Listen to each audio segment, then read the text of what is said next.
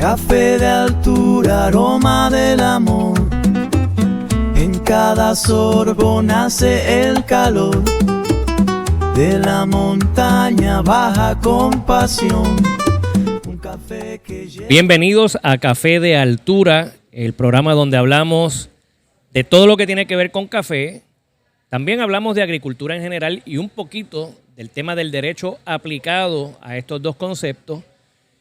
Ya hemos estado hablando de distintos temas relacionados al cultivo del café.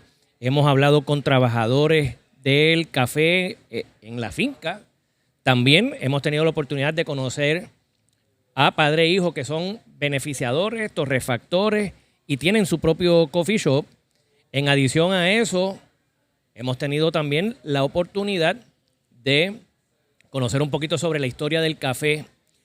Pero hoy vamos a hablar con la persona que me motivó a mí a tener este podcast. La persona que me dijo, chico, con todo lo que tú sabes de café, tú deberías estar haciendo esto. Y me refiero al amigo Teo Rolón, que él también tiene su podcast de la OFI, a quien les invito a todos ustedes que sintonicen ese podcast. Y ahí él me llama para que yo hable sobre el tema de la agricultura. Y ahí empezamos a tener esta idea, así que él es nuestro gestor, por así decirlo. Pero antes, quiero agradecerle a Juan Peña y al equipo de The Bookmark, este lugar que está en Plaza del Norte, en Atillo, y tienen otras localidades en Puerto Rico. Y es un concepto genial que tiene que ver con lo que vamos a hablar hoy, porque es el concepto del café y los libros. Así que aquí en The Bookmark tenemos coffee shop con una librería y eso empata muy bien, empata perfecto con nuestro amigo Teo Rolón. ¿Por qué? Porque ustedes, los que sintonizan la OFI, quizás no saben esto de Teo. Una de sus experiencias fue con café y con libro. Teo, usted es mi hermano, usted es un invitado de lujo. Gracias por decir que sí, gracias por estar presente. No, gracias a ti, Javier. Café de Altura, no podíamos decir que no, porque como dice Javier, estuvimos en la génesis y yo dije, Javier, tienes que echar el empujón porque todo ese conocimiento tiene que llegar a todo el mundo. Así que te agradezco por la invitación. Ahorita te dije que me las cobraste, pero realmente es un gusto para mí estar acá. Y al contrario, yo te estoy devolviendo el favor. No te la estoy cobrando, te estoy devolviendo el favor. Yo digo que la vida son ciclos y este lugar particularmente estoy cerrando un ciclo. Me trae pues, unas memorias espectaculares porque dentro de una de las industrias donde me desempeñé, pues eran los libros. Estuve cerca de 12 años en esa industria. Y como tú bien dices, terminé en un coffee shop. Así que la historia, aunque no parezca que tiene relación, la tiene completamente. Y este lugar pues mezcla esos dos elementos pues a la perfección. De hecho, me parece que este concepto, ¿verdad?, que ha logrado el equipo de The Bookmark, básicamente a mí me trae nostalgia porque pues, mucho se dice que todos estos medios digitales han sustituido el libro. Para mí el libro no tiene un sustituto. A veces nosotros, ¿verdad? Yo mismo, pues por la rapidez de las cosas, no tengo el tiempo de llegar a sitios como este. Ya yo había venido aquí con los nenes anteriormente, pero no siempre, ¿verdad? Uno puede llegar, necesitas comprar rápido. Y pues si tienes la versión digital va a eso, pero para mí no tiene sustituto. O sea, venir y tener el libro físico y poder mirar las páginas, eso no hay manera. Hay que decirte que cuando entré por esa puerta, hacía tiempo que no venía acá, me dio mucho entusiasmo porque vi muchas personas y mucha gente joven. Sí. Me recordó un poco esos tiempos de la época dorada de los libros, que yo estuve en una transición un poco. Los libros en Puerto Rico, hace 2 décadas atrás, Puerto Rico era uno de los mercados más importantes de Latinoamérica. Por ejemplo, lo que era la cadena Borders para ese tiempo, Puerto Rico en un momento dado fue la tienda de Plaza Las Américas, fue la tienda número 2 de toda la cadena. Oh, wow. Cerca de 4,000 tiendas que tenía, que fue la número 2 de toda la cadena en venta. ese mito que decían de que los puertorriqueños no leían, pues los números pues decían lo contrario. Pasaron ciertas cosas que obviamente no sé si tengamos el tiempo para hablar de eso, pero los libros pues decayeron de alguna forma y estamos viendo un auge y cosas con mucha esperanza. Es que estoy viendo muchas personas jóvenes. Qué bueno. Oye, pero vamos a compartir con el público. Tu relación con los libros no necesariamente empezó contigo. No. ¿Cómo? Vamos a darle ese trasfondo, porque la mezcla de los libros y el café en tu caso es única. Los libros, como la buena música, los culpables principales pues fueron mis padres. Siempre eso estuvo presente.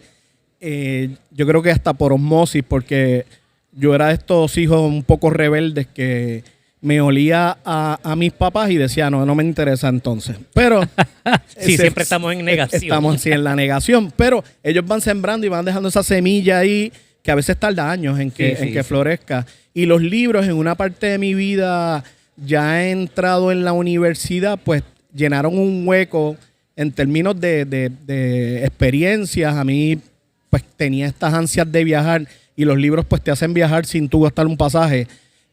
Así que comenzó ese romance con los libros en esa parte de mi vida. No comenzó de niño. Hay personas que sus hijos le van inculcando. Yo no quise empezar a leer desde joven, más que lo que tenía que ver con las clases. Pero fue en ese momento que empecé a tener ese interés adicional en los libros de interés general, que no es lo mismo que libros de texto. Y entonces por ahí fue que comenzó la cosa. Teo, todos decimos en esa época de jóvenes, como somos rockeros, pero te sabes toda la letra de las músicas de trío.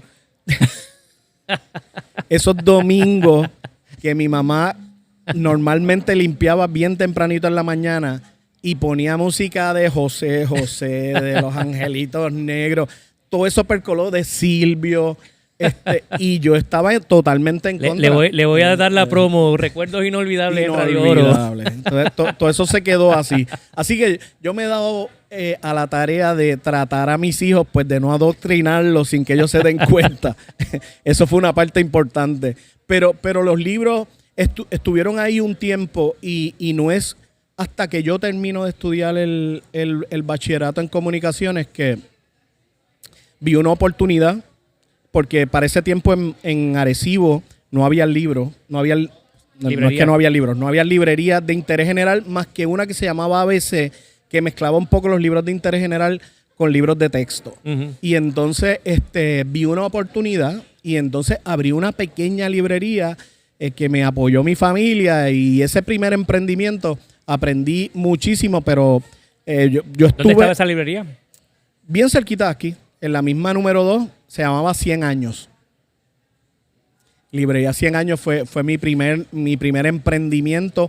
Con como $8,000 o $9,000 montamos esa librería. Wow. ¿Y el fondo, cómo es? ¿El capital inicial? El capital semilla fue mi convencimiento con mis papás. ¿Tus papás? Mis papás me ayudaron. Obviamente fue un préstamo que se pidió, pero ellos eran los garantizadores de ese primer préstamo, y ahí comencé el proyecto. Estabas pagando renta, me imagino que sí, un local pagando renta. Un local de cerca de 600 pies cuadrados, interés general, porque era una librería de interés general. Un poco en la idea de las librerías de interés general, que habían unas cuantas en el área metropolitana, pero que después empezaron a proliferar con los bookshops. Uh-huh. Que fue una cadena puertorriqueña que abrió, no sé si fueron 7 o 8 librerías. En ese momento fue que hizo el boom.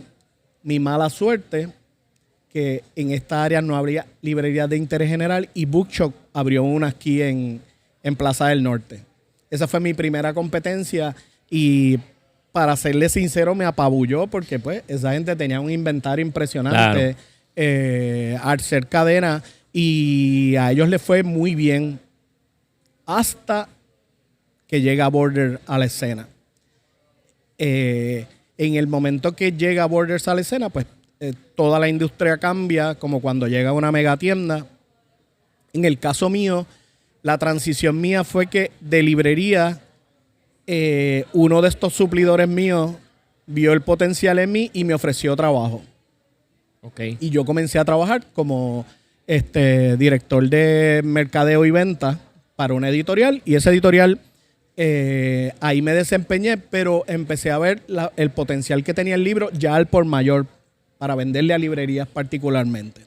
¿Y cuándo entra entonces el tema del café en tu vida empresarial? Porque me imagino que ya tomabas café, ¿verdad? Presumo que ya bebías café, pero ¿cuándo entra esto a ser una consideración de negocio, el tema del café? El tema del café entra a mi vida en mi detrimento, tarde también en mi vida. Ya yo tenía cerca de 30 años Tarde. y yo no soy una persona muy amigable en las mañanas. Mi pareja me dice que yo ladro por las mañanas y es así. Y es cuando empiezo a tener pues necesidad de levantarme bien temprano, de tener reuniones temprano de negocios, que digo, yo tengo que hacer algo porque no era la persona más amigable de las mañanas. Y entonces lo descubro tarde. Para hacerle el cuento largo, corto, porque tendríamos aquí que estar un buen rato, la industria... Yo sigo desarrollándome en la parte de distribución, monto mi empresa de distribución. Esa empresa crece un montón. Distribución de libros. De libros, editorial, y entonces comienzo a montar unos puntos de venta que se llamaban Readers. Abrimos 7, que eran unos pequeños kioscos de libros en los centros comerciales. Ese proyecto, en el momento en que la industria cambia, digamos que Borders se empezó a tambalear, los puntos de venta como Walmart, Sam's, empiezan a achicar sus espacios para la venta al detalle de libros. Fue un golpe brutal para la mayoría de las distribuidoras, de las editoriales. Ya las librerías no quedaban tantas. Y eso crea un colapso. Y en ese momento yo digo, yo tengo que hacer una transición.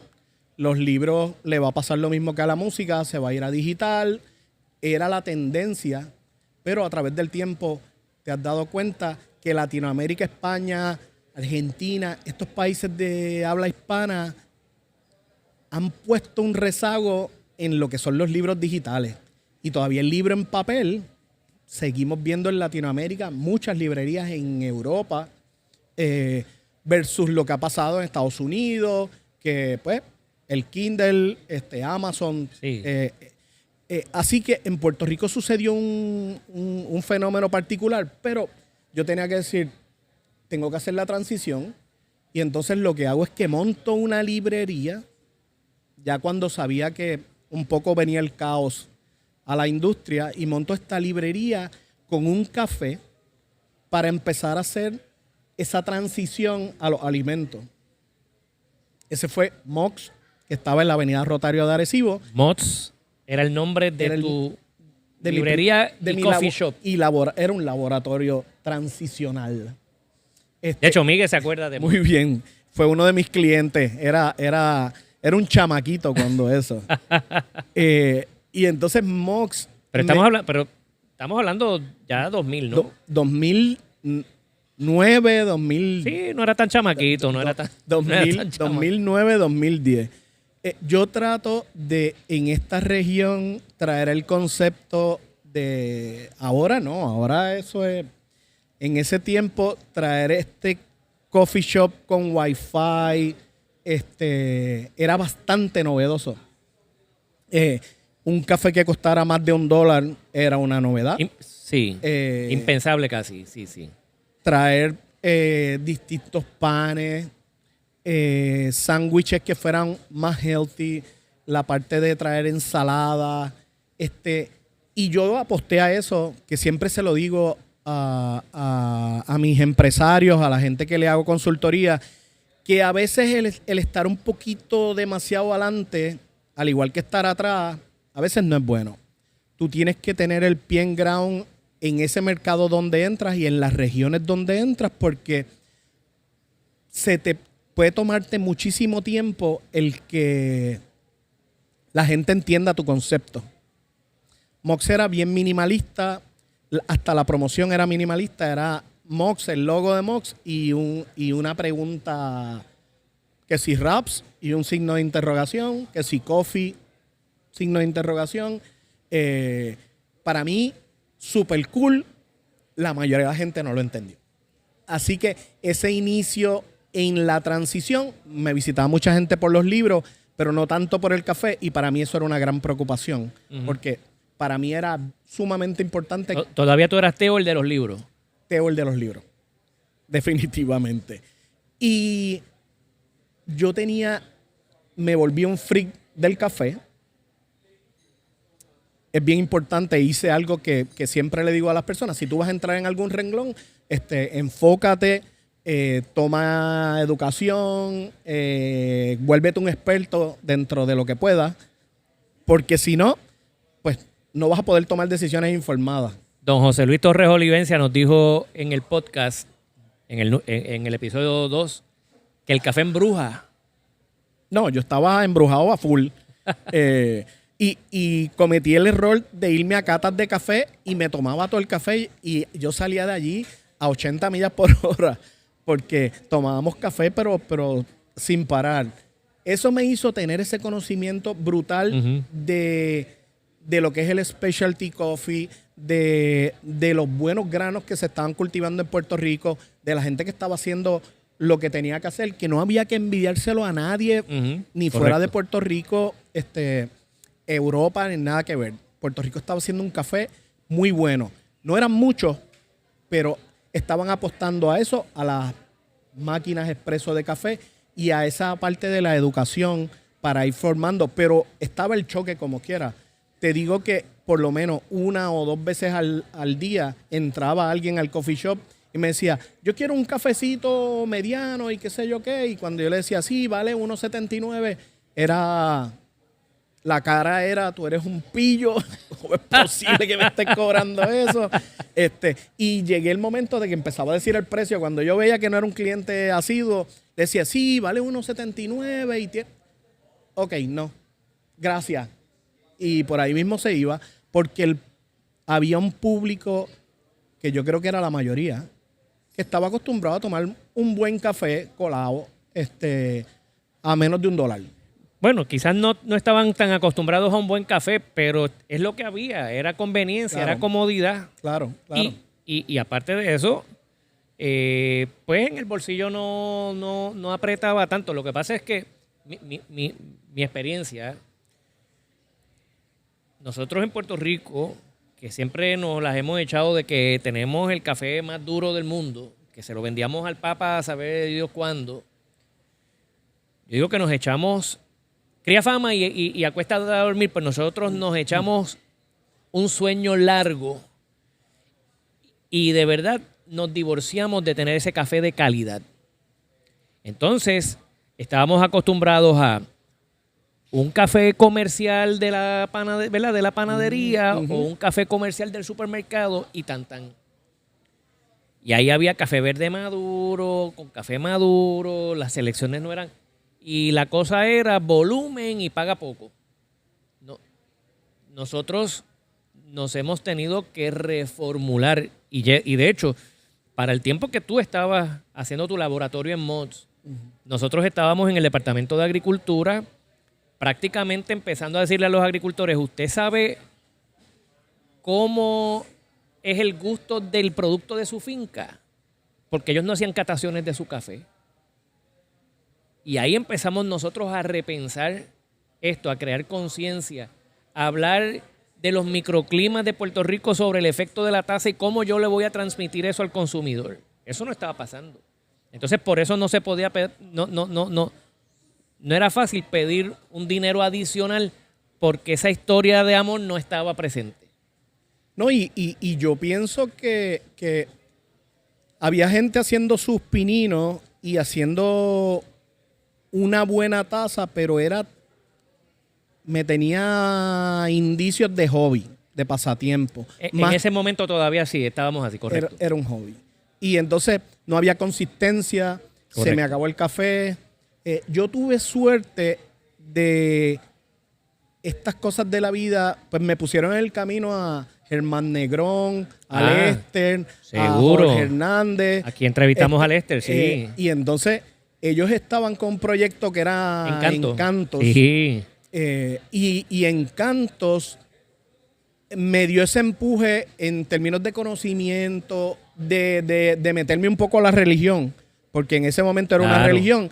Yo era un rookie. No, y obviamente el concepto de ellos era, yo te voy a dar, no es solamente vender una bolsita de café, o sea, claro. Ellos te estaban dando una solución que incluía, pues que si la máquina, el servicio de la máquina, la consistencia de traer un producto, ¿verdad? De que toda la semana tú tengas tu inventario ahí. Voy a preparar a tu gente para que consistentemente esa extracción de café sea la misma, ¿verdad? Y el público siempre tenga la misma experiencia. Sí. Esas cositas yo creo que nos ayudaron a perfeccionar esto que tenemos. Hoy lo damos por sentado, pero en aquel momento estábamos literalmente... Yo sinceramente tuve la suerte de que ellos en ese momento me sirvieron de mentores y me dieron esa información. Otro fiebrú. Otro fiebrú, pero son las cosas que tú empiezas a guayarte a las rodillas. Son las cosas que si tú no tienes esa información empiezas a dar el cantazo. Por ejemplo, recuerdo como ahora que yo decía, diablo macho, ¿cómo yo voy a meterme en una máquina de 5,000 pesos? Y Georgie me dijo, mira, hay unas máquinas expreso, son como los Corolla. Te cuestan 2,000 pesos usadas, están mataditas, pero no te van a dejar a pie. Muy bien. Y fue una becera de 2 grupos que efectivamente nunca me dio problema. No era una Marzocco, pero ahí yo entendí que para yo hacer una taza de café de 1.79 y sacar ganancias a largo plazo, no me podía comprar una máquina de 5,000, que eso era el trend. Claro. El que tuviera la máquina más grande, aunque hiciera un café nada más, era la persona. Oye, y lo mismo pasa con todo empresario. Aquí en Puerto Rico muchas veces ves personas que pasé los $150,000 en facturación, voy para el dealer de los carros europeos. Claro. Y entonces, sin embargo, te vas a otras partes de Estados Unidos y cuando llegan al millón en venta, entonces se están comprando un carrito japonés. O sea, ¿verdad? A veces creamos esta cosa de que la marca es lo que me va a dar prestigio y yo tengo que enseñarle al público eso. No, tenemos que decirle al público, oye, yo te estoy dando un buen producto y te estoy dando un buen precio. Y eso lo estoy logrando dentro del range que puedo hacerlo. No tengo que hipotecarme más allá de la cuenta. Claro. Ellos me ayudaron muchísimo, pero tuve que darme cantazo bastante, porque eso se lo digo también cuando el mercado cambió. Era importante en el 2009-2010 que un coffee shop que tú montaras estuviera en un lugar donde transitara mucha gente. Si era a pie, mucho mejor. Eso yo no lo sabía. Tenía un buen parking, pero por allí pasaba gente, pero no era que accidentalmente tuvieran acceso a mi coffee shop. Eso fue un cantazo porque tuve que invertir en mucha publicidad. O sea, en otras palabras, te tenías que meter en el medio de donde las personas iban, tú tenías que presentarte ahí. Los coffee shop tradicionales que tenían éxito estaban en el Condado, en el Viejo San Juan, vamos a decir en la Milla de Oro, donde con toda la razón del mundo, eso es un modelo que se adoptó de las grandes urbes, que tú decías, yo lo tengo aquí, por aquí me pasan 10,000 personas, coño, 1,500 por lo menos deben pararse a tomarse un café en un momento dado. El concepto que se trataba de establecer en ese momento, que ya está establecido, es que tú sacas el tiempo para tomarte un café. Correcto. ¿Verdad? Eso es uno. Otro de los errores era que tú exclusivamente el café no puedes vivir. Tú tienes que tener una mezcla de productos porque el que se da un café, que se dé un segundo café, es súper complicado. Sí. Y si se da el segundo, no hay quien lo soporte, ¿verdad? Eso dice Miguel.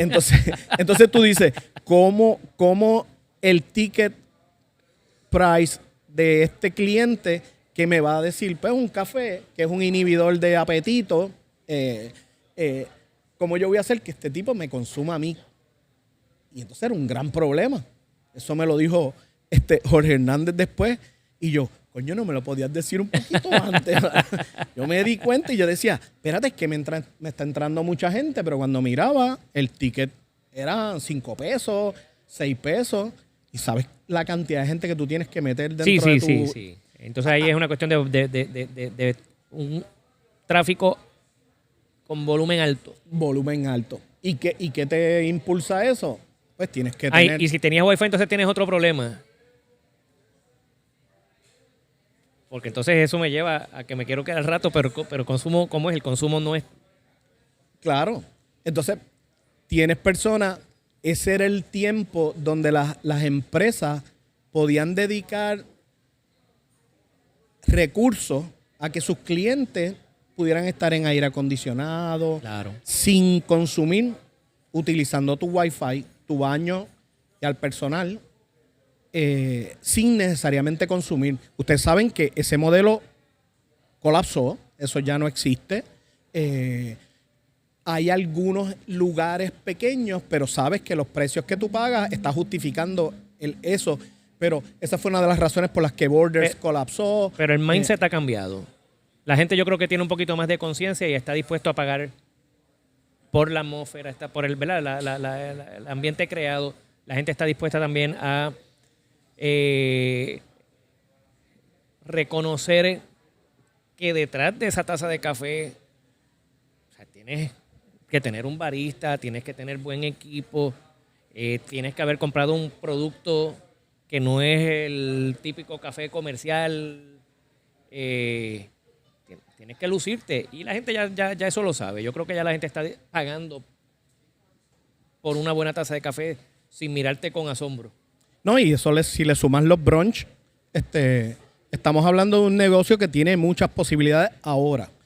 No es que esté fácil, porque también están como la varicela por ahí a montón. Cualquier esquina están abriendo un coffee shop. Pero hay muchas posibilidades en tu desarrollar ese tipo de conceptos. En el 2010 no. En el 2010 se estaba lanzando ese concepto, estaba trabajándose un poco con la clientela para que entendieran el concepto.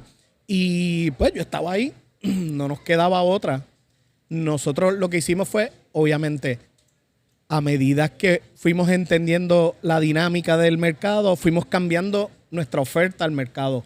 Así que la parte de los libros se fue disminuyendo, fuimos poniendo más mesas, más sillas, más productos, sándwiches, tapas, vino, cervezas artesanales. Y entonces montamos al final un restaurante que, claro, nuestra idea inicial era que teníamos que transformarnos y conocer lo que era la industria de alimentos, pero tuvimos que en un momento hacerlo un poco más rápido de lo que teníamos planificado. Pasaste de ser Teo el de los libros a Teo el de los cafés y rapidito a Teo el restaurante. El restaurante. Esa fue la transición, la metamorfosis. ¿Bajo el mismo nombre o sí, fuiste modificando?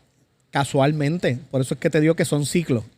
Mox pasó de un espacio que tenía 1,200 pies cuadrados a este lugar. Wow. Mox estuvo en este espacio que tiene casi 4,000 pies cuadrados. Aquí.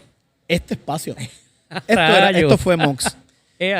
Cuando le dimos el próximo paso a Mox, que se convirtió en un restaurante. Okay. Que igual tenía café, pero era un restaurante. Sí, ya no era el enfoque principal. Era un restaurante, fusión asiática. Oye, criolla. Y un libro de decoración. ¿Ah? Y los libros ni para la decoración en aquel momento. Habían en decoración. Los que me conocen saben que siempre en mis espacios hay algo de libro. Por alguna esquina. Bien.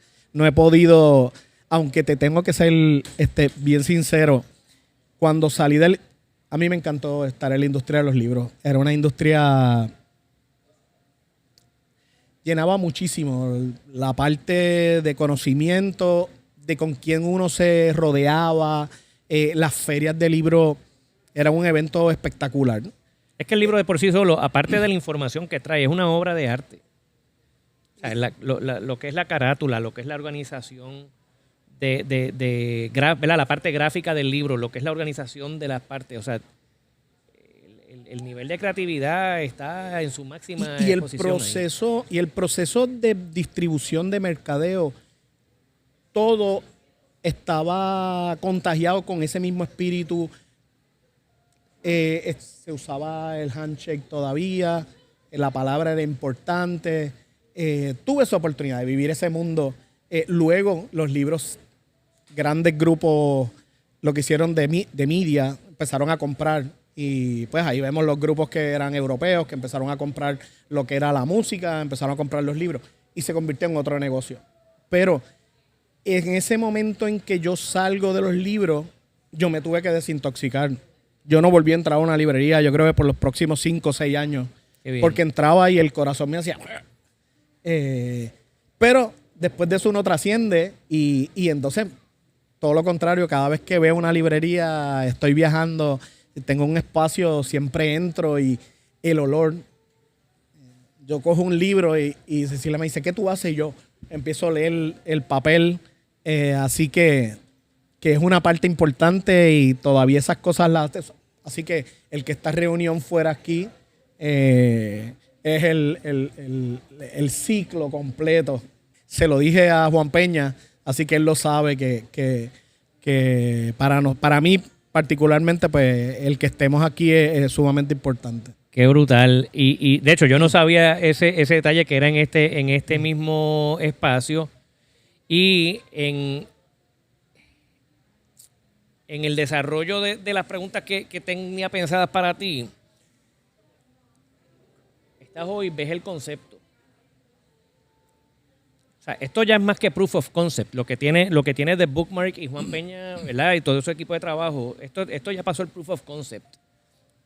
Tú dices, si el laboratorio que yo empecé con Mozi, ¿qué fue? ¿Era cuestión de aguantarse un poquito más de tiempo? ¿Era inevitable que tenías que ir en esa dirección? ¿Cómo comparas ese periodo de tiempo donde te alejaste del libro? Dices, quizás no tenía que haber hecho esa separación tan yo he hecho el análisis y me encanta la pregunta, porque es una de esas preguntas que uno la hace con el pasar de los años y me doy cuenta que hice lo que tenía que hacer. Ya mi tiempo en los libros había pasado. Yo siempre le digo a los emprendedores que es bien importante que a ti te apasione el negocio. Claro. Y los libros ya eran otra cosa. Eso es uno. 2, el tamaño de mi empresa, como entraba en la parte de distribución y también en retail. Recuerden, en el 2008, cierre del gobierno, los primeros comienzos de la recesión. ¿Sabes dónde yo estaba en ese momento? ¿En qué tú hacías? Yo estaba en la Cámara de Representantes. Mira para allá. Tú estabas en el meollo de la... Pues no te tengo que decir mucho las cosas que estaban pasando en ese tiempo. La industria había cambiado. El tamaño de mi empresa en ese momento se le hacía bien distinto, se le hacía bien difícil, discúlpame, el achicarme y que fuera cómodo para mí. Y yo llegué en ese momento con la soberbia de mi edad también. Yo tengo que cambiar ya, voy a hacer el cambio, voy a reinventarme. Pensé que iba a ser más sencillo sacarme un chip y ponerme el otro chip y nada que ver. Me guayé la rodilla muchísimo, pero yo tenía que hacerlo. Javier, es importante el mercado de ahora. Yo no tengo las cifras económicas, no me he puesto a mirar, pero en Puerto Rico en ese tiempo habían cerca de, yo creo que habían 60 librerías, 70 librerías. Ahora no deben quedar 15 librerías. Wow. Significativo, una reducción. Y no es eso. Y dentro de esas 50 librerías estaba una cadena de librerías que era Borders, que representaba, vamos a decir, 25 librerías más, cada una. Y ellos tenían 3. O sea, que el mercado se achicó. Hay oportunidades porque ahora mismo se está vendiendo el vinilo, pero sí, cuando tú contrastas los downloads de esto a los que compran vinilo, es un nicho que siempre van a existir, pero nunca la industria siguió siendo lo que era en términos de dólares y centavos. Así que eso me dice que era el momento de yo... Y ese punto es importante porque eso que a veces decimos nosotros a los empresarios, de que usted tiene que estar constantemente viendo los números de su negocio, viendo las tendencias, y hay que tomar las decisiones que haya que tomar sin apasionamiento. Y si llega el momento de adaptarse y pivotear, pues hay que adaptarse y pivotear. Ese es el momento. Y sin tener miedo, no es fácil. Los cambios de industria son complejos, son difíciles, pero nada es imposible. Y estas personas que están emprendiendo en lo que son coffee shop, les tengo que decir que tienen que buscar diversidad. Uh-huh. Hay muchas áreas todavía que no están cubiertas, que pues a veces veo, eso pasa mucho en Puerto Rico, el copy-paste. Sí. Y entonces, pasó con la limonada. Ha pasado con 1000 cosas. Y ahora te encuentras unos lugares que hasta la decoración es igual.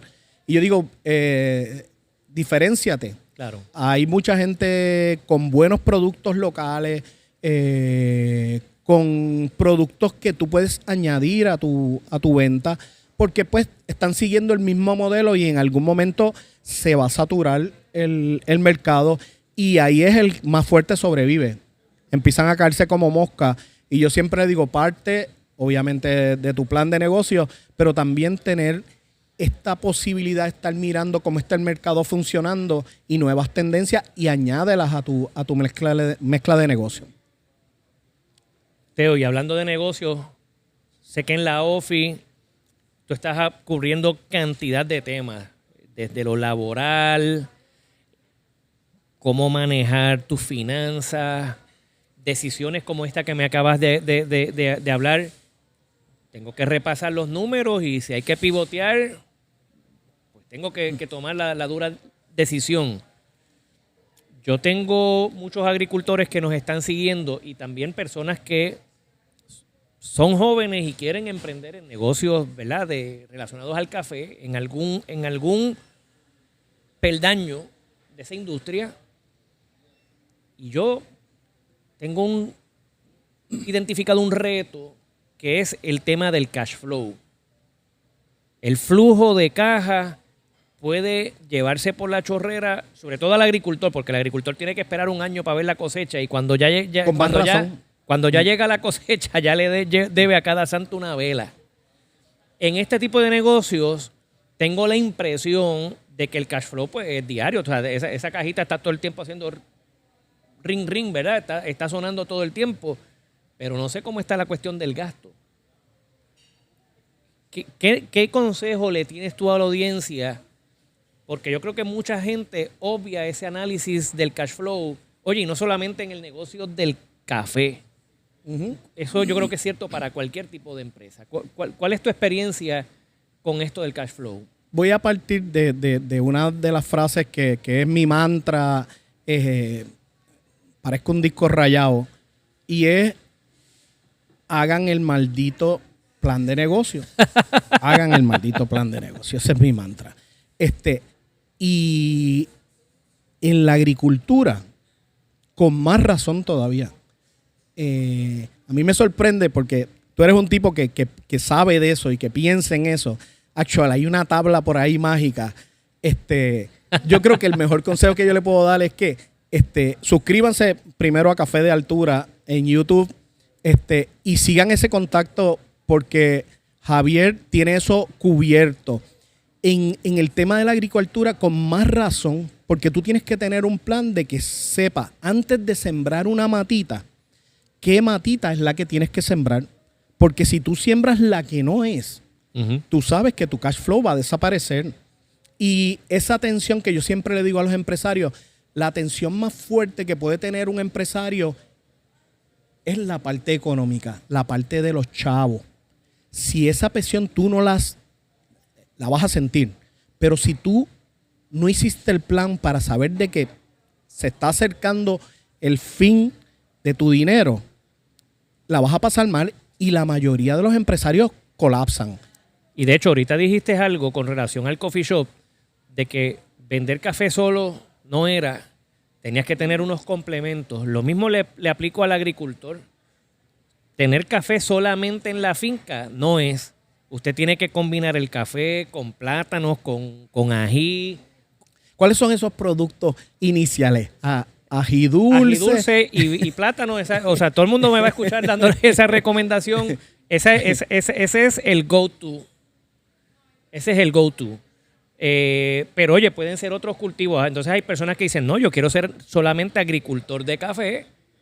Y los puristas, no lo veo posible. Usted tiene que tener complementos. Teo se lo está diciendo desde su óptica del coffee shop. Yo se lo estoy diciendo desde la óptica de la finca, pero aplica la misma filosofía. Tiene que complementar. Y créanme, en ese proceso de emprender, el tiempo puede ser su mejor aliado como su peor aliado. Claro. Planifique. Y más, ¿cómo es que dicen que son los agricultores? Que tiene que ver con la paciencia. Hay un refrán que nuestro amigo Carlos Molina lo utiliza con mucha frecuencia, que tiene que ver con paciencia. Usted tiene, es el arte de la paciencia. O algo en ese sentido. Y es que, pero esa paciencia no puede ser esperando algo que no sea factible. Claro. Porque si usted sabe que para cosechar usted tiene que esperar 4 años, no puede hacer un plan que a los 2 años usted no tenga dinero, no haya cosechado alguna otra cosa, porque estamos hablando de un natimuerto que pasa comúnmente. Pero a esos empresarios que son agricultores, que quieren desarrollar, tienen que buscar esta diversificación propia de que sabes que necesitas unos ingresos, a menos que tengas un pariente de esos con mucho dinero, ¿verdad? Mira, yo creo que nuestros agricultores tienen que mirar la pasión del café con cuidado. El café embruja, dijo Joselito, pero al mismo tiempo no puede ser una cosa ciega. Tenemos que estar constantemente mirando los números, siendo bien cuidadosos con la calidad del producto. Tú sabes que el café se puede arruinar en cualquier momento. De hecho, el agricultor puede tener un recogido de café maduro a número 1. Si se beneficia mal, se arruinó. Si lo colaste mal, se arruinó. Así que el tema del celo tiene que estar siempre ahí presente. El quality assurance del negocio tiene que ser en cada paso. Pero entonces viene el elemento financiero. El elemento financiero hay que tener igual cuidado. A veces los agricultores quieren tener, como es, la mejor tasa y el bolsillo roto. No puede haber bolsillos rotos en la finca. No puede haber bolsillos rotos tampoco en el coffee shop. No, definitivo. El coffee shop con más razón. Y tengo que decirte que en tu podcast he aprendido eso. Ustedes estaban discutiendo en un momento dado que hay muchos elementos donde se puede afectar el café y eso va a llegar a la taza. Sí, se va a notar. Se va a notar. Y yo escuché esa parte del podcast y créeme que hizo cambiar un poco mi mentalidad, porque nosotros tenemos esta idea de que eso es casi automático. Salió el café, está ahí, vamos a secarlo, los granitos, echarlos para acá, los tostamos y vamos para adelante. No. Y no es así. Para nada. Es sumamente complejo. Y en ese sentido, nos decía Chelito, ¿verdad? El hijo de Joselito, que constantemente lo que tenemos que estar evitando son defectos en la taza. Esos sabores rancios, esos sabores muy, muy fuertes con el fermento. Eso la gente te compra una vez y no vuelve. La experiencia, ahorita hablaste de la experiencia, pero esa experiencia empieza en la finca. Teo, yo estoy bien agradecido primero por el reto de que iniciáramos este proyecto. Café de Altura ha sido mi forma, mi manera de compartir con la audiencia todas estas experiencias. Son de muchos años. Tú estás hablando de experiencias del 2009 y un poquito antes. Yo empecé en 1996 con este tema de la agricultura. Y siento que tenemos que compartir esas experiencias. Primero, porque no queremos que la gente se raspe las rodillas de la misma manera que nosotros. Lo otro, estas experiencias le van a permitir a usted a poder prever situaciones. ¿Ok? Y entonces, en la medida que usted prevea situaciones, usted va a tener un mayor grado de éxito. Lo otro, este podcast me permite a mí liberar el estrés bien brutal. Me permite a mí romper con lo que hago todos los días, ¿verdad? Que estar ahí sentado en un monitor, escribiendo, haciendo investigación y pues uno viene aquí, yo me transformo, yo digo que estoy más relax, las tensiones se me van al piso y también quiero compartir eso con ustedes allá afuera. Porque sí, tenemos que trabajar y hay que trabajar duro. Y de hecho, preparar este podcast es trabajo. Pero también uno tiene que divertirse en lo que está haciendo. Y yo me divierto un montón y fue gracias a esa experiencia que tuvimos contigo en la OFI. Quiero agradecerte a ti por la oportunidad. Quiero invitar al público a, como bien dijiste, que se suscriban en nuestro canal de YouTube, que sigan viendo los episodios que con cariño estamos preparando para ustedes. Vean también La OFI, Ateo en la OFI, Café de Altura, vean los dos y vengan a Atillo. Así que si los visitan a ellos, van a poder fomentar esta empresa que está consumiendo buen café, que está manteniendo vivo el gusto por los libros.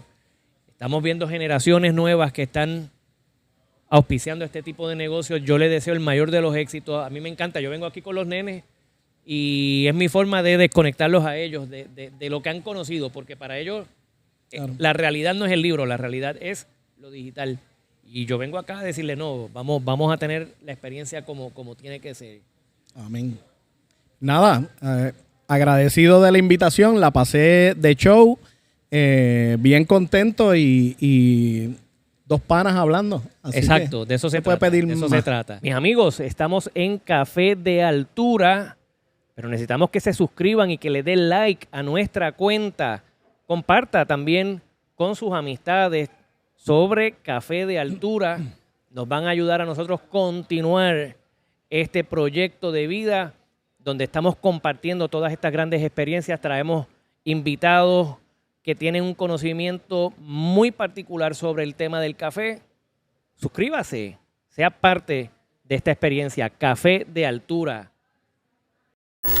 Café de altura, aroma del amor. En cada sorbo nace el calor. De la montaña baja compasión. Un café que lleva el corazón.